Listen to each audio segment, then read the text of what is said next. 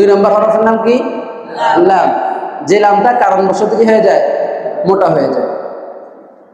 লাম মোটা হয় আল্লাহ শব্দের পূর্বে, আল্লাহ শব্দের পূর্বে অথবা ডানে যদি কি থাকে? জবর অথবা পেশ থাকে, তাহলে আল্লাহ শব্দের লামকে মোটা করে পড়িতে হয়। যেমন আল্লাহ, রাসূলুল্লাহ,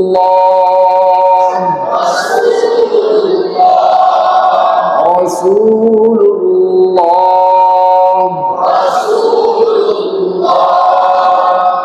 আর আল্লাহ শব্দের পূর্বে অথবা আল্লাহ শব্দের ডানে জের থাকলে লাম কি হয়?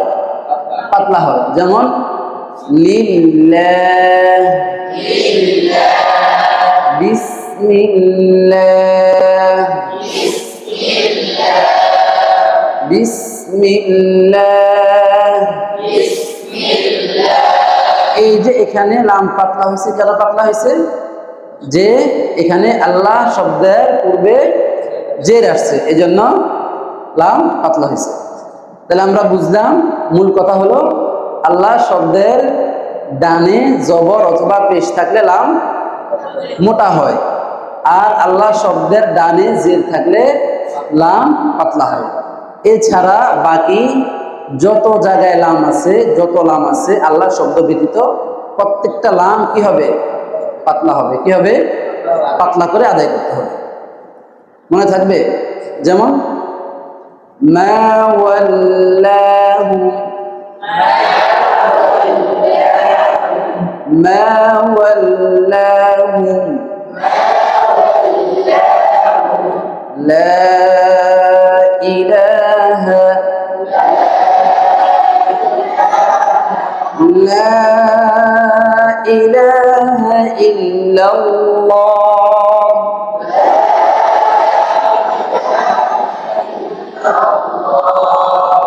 উলাইক।